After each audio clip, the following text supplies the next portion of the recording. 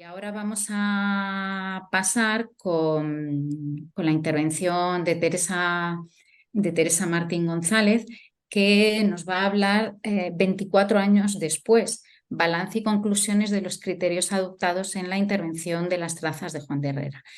24 años después, así asusta, pero 24 años después yo leí uno de mis primeros artículos sobre la no intervención, el por qué Teresa, con un pH de 4, 4,5 creo que tenía, en la literatura de ese momento, ella vio y decidió que no había que intervenir, ¿no? Entonces, quizás yo siempre lo recuerdo, ese artículo, como diciendo, ostras, con un pH tan bajo y no interviene, ¿no? Entonces, la no intervención siempre ha estado ahí, siempre hay un criterio, las obras son múltiples, sabemos que hay diferentes acciones, tanto si el soporte es bueno, las cintas son otra cosa, cómo interactúan y una cosa que va a contar muy bien Teresa es el tipo de obra que es, ¿no? Eso son unas trazas donde hay unas medidas, donde en ese momento cualquier intervención acuosa podía modificar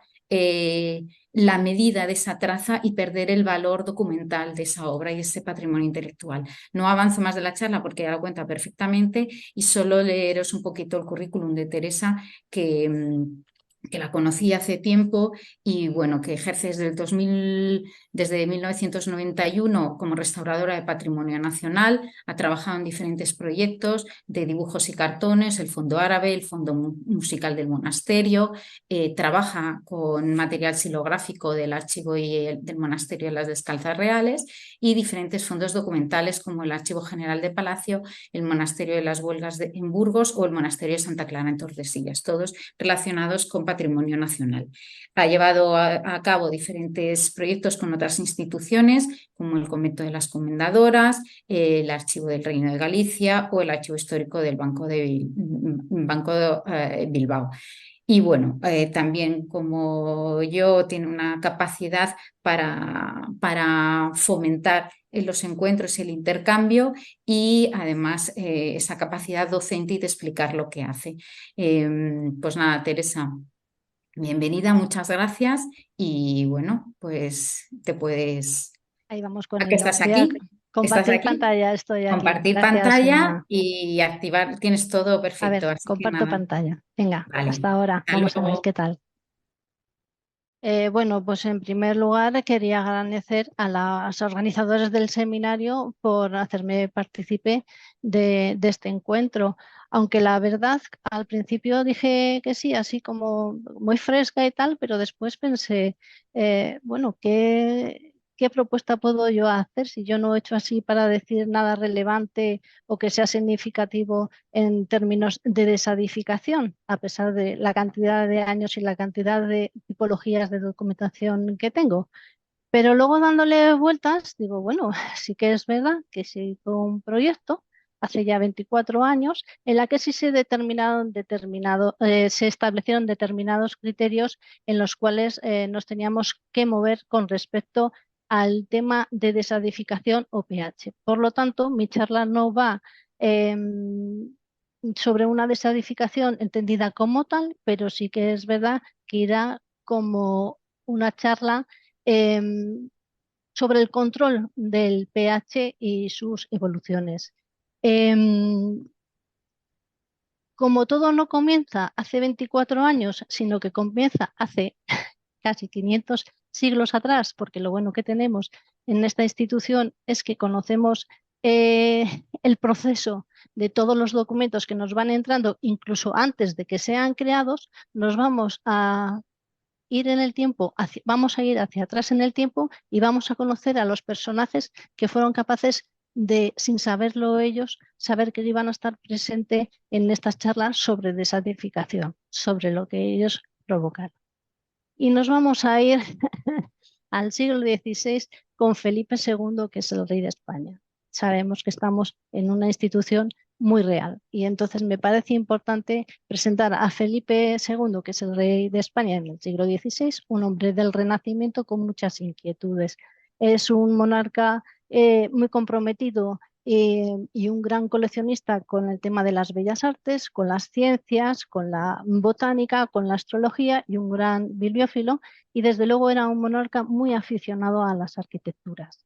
Él quería, tenía la idea, una vez que fue rey, de crear un panteón para poder enterrar a sus antepasados. Él mismo quería estar enterrado en este proyecto arquitectónico del que proyectaba hacer una idea, y para ello necesitaba a la persona indicada. Necesitaba a un arquitecto que fuese capaz de plasmar en las ideas que él quería, transmitirlas a través del papel, plasmarlas y después convertirlas en un monumento. Por eso conoció a Juan de Herrera, que bueno, era conocido de la familia real, un hombre muy culto, muy inquieto y gran conocedor de la geometría, y además gran diseñador de grandes artilugios, eh, herramientas, instrumentos que favorecían en aquella época la construcción de tal magnitud de obra.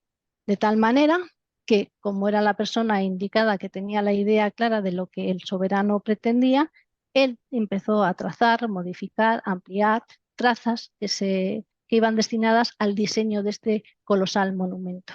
El monumento empezó a construirse, no se construía, no se levantó de planta entera, sino que iba por apartados de un lateral hacia el centro, hacia la otra lateral para completarlo, y de tal manera que según se iba terminando, se iba habitando.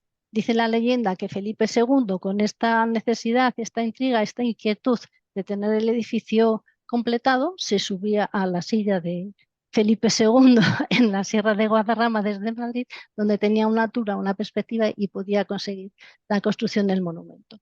La primera piedra se colocó el 23 de abril de 1563 y finalizó casi 25 años después, el 13 de septiembre de 1584. Como resultado, pues tenemos este colosal arquitectura que está en la Sierra de Guadalajara, a poco más de 50 kilómetros de Madrid, y que reúne todos los requisitos.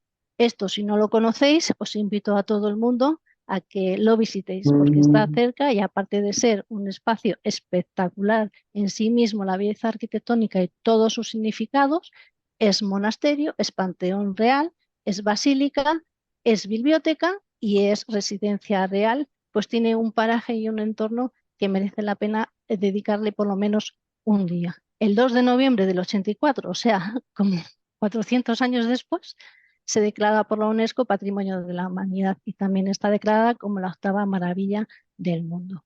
Pues muy bien, llegados a este término y hasta que llegamos a este punto, desde el arranque, desde la idea inicial del monarca hasta la construcción que se hizo cuando se finalizaron las obras, os podéis imaginar la cantidad de documentación ingente que se pudo concentrar. Había los contratos de las compras, las modificaciones, trazas eh, que se rectificaban, las que después se ampliaban, las que se modificaban, bocetos sobre determinados sitios, etcétera. De tal manera que una vez finalizado la obra, toda esta documentación se agrupó, fue al archivo de las dependencias reales, pero las trazas se agruparon en un álbum y así hasta se conservaron y desaparecieron hasta que en el año 1912 el rey Alfonso XIII compra el álbum de los planos y los dibujos del Escorial, que se depositó en la biblioteca, en la Real Biblioteca de Palacio, que es donde se encuentran actualmente. Anteriormente no sabemos dónde estuvieron, o si se sabe dónde están. El caso es que se le dio la oportunidad al rey, el rey las compró y desde entonces están integradas dentro del Patrimonio Nacional. Esto estaba como álbum, recopilando las trazas que de entonces se conservaron. Me imagino que muchas desaparecerían, porque no quiero ni pensar, si han quedado estas poquitas, la cantidad de documentación que debió de organizarse y de acumular todo este proyecto en 25 años, y viendo la colosal arquitectura, el colosal monumento que hay. En 1913, ya en la biblioteca, el álbum no se sabe por qué, pero se deshace, con lo cual se pierde la oportunidad de hacer un estudio completo sobre todas las trazas de Juan de Herreras y haberlo catalogado como objeto único y haber sido estudiado como tal. Pero bueno, en el año 1944 es Matilde López Serrano, una gran historiadora y que fue directora de la Biblioteca de Palacio Real en esa época, fue la primera persona que reparó eh, en estos planos ya individualizados para hacer un primer catálogo de los dibujos y darle la importancia que tenía. Quizás el estudio fue más o menos acertado según después diferentes estudiosos, pero desde luego fue el primero que dio paso a ponerlos en valor, por así decirlo de alguna manera. Tenemos que pasarnos ya, vamos volando por el tiempo, que no nos da tiempo a extendernos mucho más, hasta llegar a finales del siglo XX-XXI, pasan los siglos muy rápido, en 1999, por estas cosas de la vida, de las coincidencias, la Fundación Patrimonio Nacional y la Fundación Botín firman un convenio de colaboración para la restauración, el estudio y el conocimiento de estas trazas del arquitecto cántabro y de sus seguidores, que están depositadas en la Biblioteca del Palacio Real en Madrid. Pero no solo se hace un proyecto en el cual se haga una intervención sobre las trazas, sino que se entiende como un proyecto global para después entender su conservación, la investigación, la formación, la divulgación y de todo este fondo a todos los niveles.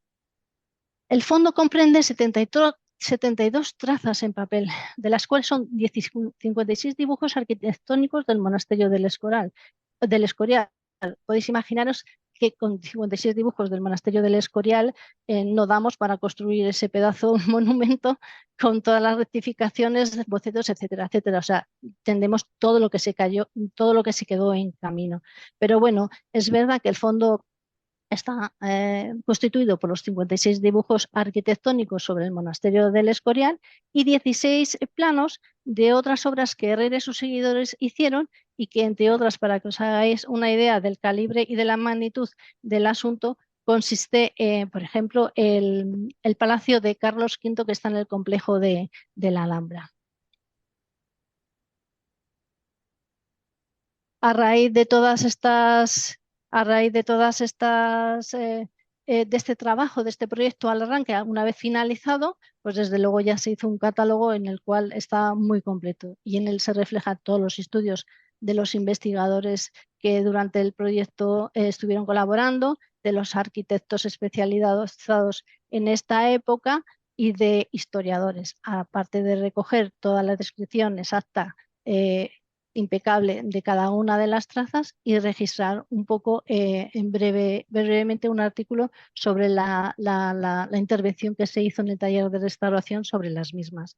Esto derivó después en una exposición en el 2001, que fue en Palacio Real de Madrid, y posteriormente pasó a la exposición en la Fundación Botín de Santander. Bueno, y hasta aquí ya dejamos un poco el recorrido más o menos de las trazas y ya nos vamos a ir metiendo poquito a poco en nuestro terreno. Cuando se nos propuso en el taller la realización de esta intervención, bueno, había que pensar muy mucho en diferentes cuestiones, ¿no? Muchas trazas, mucha responsabilidad, mucho recorrido, mucho estudio, mucho detenimiento y muchos ojos sobre los que teníamos como a la espalda, ¿no? Entonces, el equipo que estábamos entonces para la realización de este proyecto, tuvimos que sentarnos a hacer una reflexión, ¿no? Cómo afrontábamos determinados criterios de actuación que incluían, entre otros, claro, el pensar en el futuro de estas obras, ¿no? Ya sabíamos todo el recorrido del pasado, pero no necesitábamos pasar en el futuro, no solo en el presente. Y no solo teniendo en cuenta la resistencia física de los materiales, que poco a poco iremos viéndolas, sino pensando también en la adaptación que después de tantos siglos y demás se iban a ir acoplando y acomodando a los diferentes entornos y situaciones en los que se iba encontrando, ¿no? A los usos futuros y a la resistencia al entorno en las que las iba a rodear, que desde luego iba a ser diferente, iban a cambiar del que habían tenido hasta ahora. Y con esta premisa, que parece así como muy simple, afrontamos un proyecto de intervención, pero creo que es necesario tener esta parada antes de afrontar cuando son proyectos de largo recorrido. Y lo digo por una cuestión muy simple.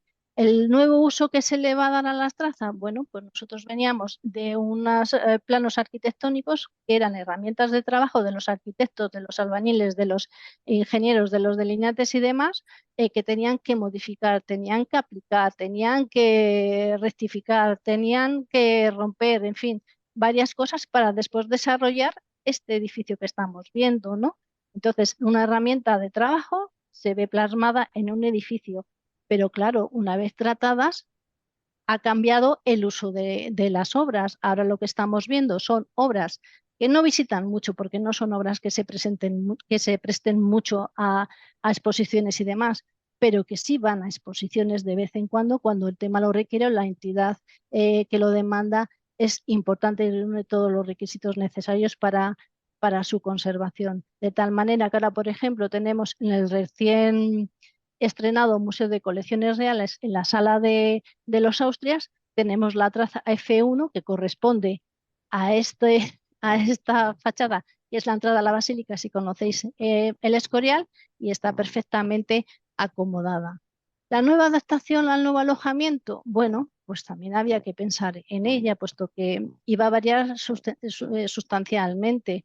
¿Cómo la podíamos acomodar de una manera que tuviese el confort necesario, teniendo en cuenta las medidas de actuación que íbamos a tener para que no se viesen, hubiese un equilibrio entre y una proporción entre lo que se le iba a hacer, la mínima intervención, el que aquello se ralentizase y que ellas estuviesen en unas condiciones óptimas para su conservación? Bueno, pues decidimos que habría que hacerles unas carpetas, desde luego utilizando materiales de máxima calidad, con passepartout, y que las incluimos además en unos, perdón, en unos sobres de poliéster de tereftalacto, por la simple condición de la carpeta se cierra, tiene tapa, con lo cual van protegidas, va con un passepartout de tal manera que em, que las encuadran y las realzan y las protegen porque no van directamente en contacto piel con piel. Y de tal manera que si se quiere consultar, se puede mover el tereptalato, el milar,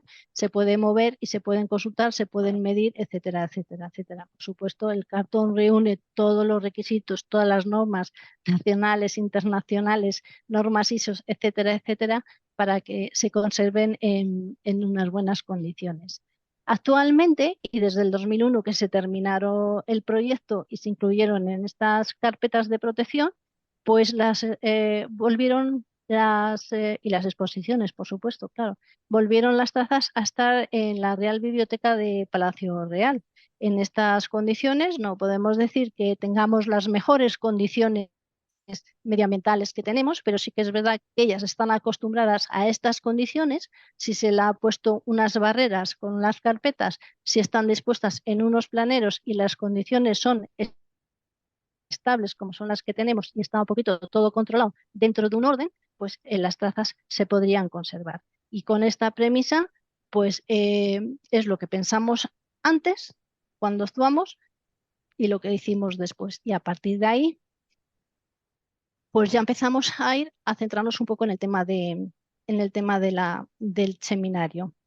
Y nos vamos a remontar a 1999, que es cuando comenzó el proyecto. Una vez de pensar qué pasaba con la reflexión esta de afrontar este tipo de obras, además un proyecto voluminoso en cuanto al número y de recorrido, pues teníamos que plantear desde luego unos criterios de actuación. Evidentemente se plantearon muchos en muchas facetas, pero vamos a centrarnos solamente en la faceta que nos ocupa en este seminario, ¿no? Entonces, por criterio general del proyecto, se desestimó realizar tratamientos acuosos por inmersión y así evitar variaciones en las medidas de los soportes y de las delineaciones de los trazados, ¿no? A la vez que se evitaban algunas alteraciones químicas que pudiesen producirse en los componentes metálicos de las tintas. Esto se determinó, y se determinó por criterio general que hasta un 4,75 era perfectamente válido para su conservación. Esto es así por lo que vamos a ver después, siempre que las medidas adoptadas para su conservación fuesen las adecuadas y hubiese un equilibrio entre lo óptimo y lo posible. Y esto es lo que os venía a decir. Muchas veces entendemos que es lo óptimo, todas las prescripciones que no vienen, toda la legislación y demás, nosotros no tenemos lo óptimo, pero sí tenemos lo posible. Y lo posible muchas veces es lo óptimo para la documentación que nosotros tratamos, puesto que ellas están acostumbradas a mantenerse en esas condiciones. Por lo tanto, muchas veces hay que darle un poco de vuelta al asunto y ver la realidad que tenemos y ver el beneficio que eso produce en las obras, el mantenimiento y demás. Y en las zonas de manchas, bueno, en las zonas... ¿se ha pasado? Perdón. Estamos ahí. Es que había dado sin querer, perdonad. Y entonces en las zonas de manchas, etcétera, que presentasen un valor inferior a 4,75 deberían ser desadificadas localmente. A partir de ahí, ya seguimos en el año 1999 y os hago la ficha de campo. Se hicieron las mediciones de pH de todos los soportes de cada traza, pero en varias localizaciones.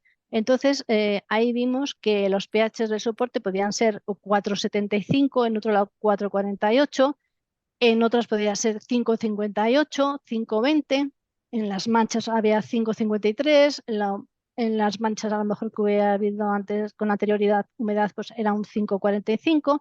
En fin, nos estábamos moviendo en unos parámetros que nosotros habíamos puesto un límite de 4,75 y más o menos aquello se mantenía. Y si se mantenía así después de haber estado en las circunstancias en las que había estado durante tanto tiempo, que nos hacía pensar que aquello en otra cuestión un poco más confortable, un poco más adecuada, no se iba a mantener, ¿no? Este fue el pHímetro que nosotros utilizamos en 1999. A partir de ahí y paralelamente a tomar estas muestras para tenerlas en nuestras fichas de valoración para posteriormente, desde luego se realizaron los análisis de los soportes de los soportes de las trazas, ¿no? Se tomaron micromuestras de todos los soportes, incluso de los parches, las antiguas intervenciones y los diferentes adhesiones que se habían realizado, ¿no? Entonces, el resultado que nos dio fue que las pruebas que en el soporte original básicamente se encontró que el lino era las fibras mayoritarias que componían ese soporte junto con el algodón y alguna cosita, alguna traza de cáñamo. En los parches mayoritariamente estábamos hablando de algodón y en algunos se encontraron fibras madereras, pero estas no eran que interviniesen en la composición de los papeles, sino que eran restos que quizás en la misma producción, en la misma fabricación del papel, pues del alojamiento, según salía de la maquinaria, etcétera, había caído en la mezcla y se habían fijado un poco allí. Y también se encontró algo de cáñamo en los parches de forma ocasional. Bueno, todos sabemos el tipo de fibras que estábamos manejando y todos sabemos la resistencia que estas fibras tienen ante determinadas situaciones. Sabemos que la lignina no es bastante inestable, que es un elemento que de cara a la conservación nosotros ahí lo tenemos presente, pero en el tipo de fibras de algodón, las de lino y la de cáñamo, la verdad que la presencia de lignina no es muy representativa y si están y si están las obras en unas condiciones ambientales, en condiciones, no nos tienen por qué preocupar demasiado, ¿no? No son susceptibles exactamente de una gran alteración. A partir de ahí, también paralelamente se analizaron todos los componentes metálicos que hubiesen, o sea, que participasen en la composición de los elementos sustentados. Es verdad que había zonas coloreadas que no eran muy representativas, en ello nos daban lo que estáis viendo, el rojo tenía un poco de mercurio en la mayoría, el azul verde un poco de cobre, zonas de trazos blanco plomo, zonas amarillas tal, pero no tenían una evidencia de degradación interesante y tampoco ocupaban gran espacio porque eran notas muy simples. Sí que es verdad que encontraron zonas, en las zonas doradas se encontró oro, con lo cual nos dijo, bueno, pues mira, esto sí que estamos en condiciones y es una anécdota material poco alterable, nada alterable. En las zonas de la tinta negra, donde se pueden hacer los trazos, sí que es verdad que tenían una composición había pequeñas trazas de hierro, pero la verdad que era una concentración tan baja que no entendíamos que la agresividad corrosiva de la tinta, en este caso, iba a tener una gran incidencia. Hicimos también un poquito ya para comparativa y para añadir a todos los informes de la analítica y demás, así una forma cosa visual. Ahora se haría todo con ordenador y todos estos programas maravillosos, pero entonces no teníamos. Hicimos unas plantillas con poliéster en las cuales se hacían los mapas de alteraciones. Hicimos la señalética y a cada uno le dimos una entonación y un significado. En este caso, superpuse la semana, cuando iba a preparar esta charla, la que correspondía a esta traza con las zonas donde había más incidencia de tintas que podían estar en un proceso más de oxidación y evidentemente seguían coincidiendo y no había una alteración reseñable y diferencial sobre ellas. De la misma forma que ya aprovechando, las manchas de humedad tampoco han tenido ningún tipo de progresión especial. Así que con estos análisis, aquí ves un poco toda la documentación que manejábamos en aquel momento, una vez que los análisis nos llegaban de los laboratorios, de que nosotros habíamos tomado nuestras medidas, no solo del pH, sino de los espesímetros, los grosores de cada soporte, etcétera, etcétera, las reflejábamos en unas fichas manualmente entonces, donde poníamos todos los indicativos y donde después nos sentamos a pensar qué hacíamos con todo este tipo de circunstancias, porque es bien sabido que la importancia que tienen los factores de alteración y cómo estos se relacionan entre ellos. Pero a nosotros nos interesaba saber qué alteraciones teníamos nosotros o qué capacidad de alteraciones podían tener nuestras obras y cómo se relacionaban las obras, los soportes, nuestro material con este tipo de alteraciones, porque sabemos que cuando un material se modifica, por ejemplo, químicamente, todos los elementos que están formados en este proceso al final generan una serie de tensiones y el material afectado, desde luego, aparece como una onda expansiva, provocando alteraciones diferentes. Pueden ser físico-mecánicas o cultivo de microorganismos, entre otras cuestiones, etcétera, etcétera. Esta relación de circunstancias Eso es, ambientales y sí, demás. Todo depende, además, con la vale, composición de los vale. materiales, Y así con anulo la otra y es el mismo número y con todo, que ¿no? O sea, es estén lo mismo. Vale, vale, eh, perfecto. constituidos. Eso Perdona, es. es que estaba escuchando Vale. a Isabel, Isabel, creo. Isabel, Ahora tengo que ir a recogerlo. tienes que cerrar el micro. Ahora me parece que la ha cerrado. A ver, bueno, Y bueno, así, todas Teresa, estas, te sí, recuerdo que te queda, tienes que ir ya finalizando. vamos, ya vamos. Bueno, pues Gracias. voy con ello.